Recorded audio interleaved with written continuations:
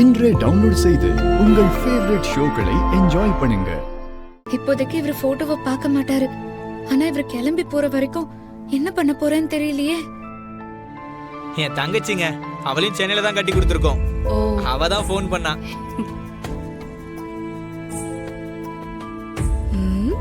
என்ன சார் அப்செட்ல இருக்கீங்களா? என்னங்க, திவ்யா வர சொல்லுங்க. கல்யாண புடவை அவ பார்க்க வேணாமா? திவ்யா, திவ்யா, திவ்யா கொஞ்சம் கீழே வாமா. அப்பா தானே கூப்பிடுறாரு. சாம்பிள் புடவை கொண்டு வந்திருக்காங்கம்மா. திருவையும் கூட்டு வா. நீங்க ரெண்டு பேரும் பார்த்து செலக்ட் பண்ணாதான் நல்லா இருக்கும். சரிப்பா, தோ வரோம்.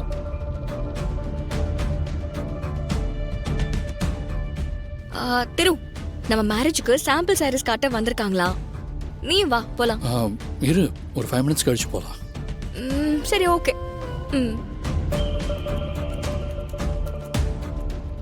அத காட்டுங்க. அம்பிகா எங்கம்மா? அவளும் பார்க்க வேண்டாமா? அவங்க ஹாஸ்பிடலுக்கு ரொட்டீன் செக்கப்காக போயிருக்காங்கப்பா. மகா, அம்பிகாவுக்கு ஃபோன் பண்ணி வீட்டுக்கு வர சொல்லுமா. செத்தோம் இன்னைக்கு. ஒரு பக்கம் போட்டோ, இன்னொரு பக்கம் அவரு. இது பத்தாதுன்னு அம்பிகா அம்மாக்கு வேற தாத்தா போன் பண்ண சொல்றாரு.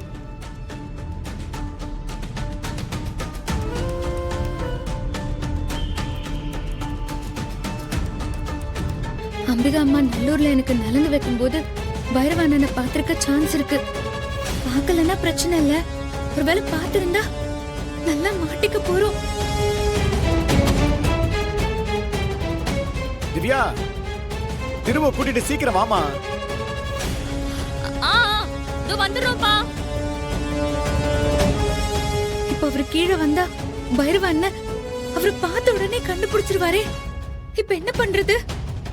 என் கிட்ட இருக்க புடவை எல்லாமே நல்லா தரமா இருக்கும். அதுல எந்த குறையும் இருக்காது. திரு, அப்பா கூப்பிட்டுட்டே இருக்காரு. வா போலாம். வா வா, சீக்கிரம்.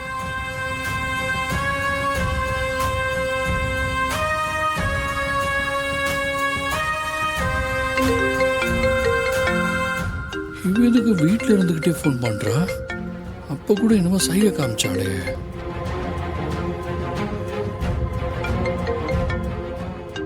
என்னாச்சு திரு? யார் போன்ல? ஆபீஸ்ல இருந்து போன் வந்துருச்சு. நான் பேசிட்டு வந்துடுறேன், நீ போ. சரி, ஓகே. என்னாச்சு? ஏன் வீட்டுல இருந்துகிட்டே போன் பண்ற? கொஞ்ச நேரத்துக்கு முன்னாடி சைகை எல்லாம் பண்ண.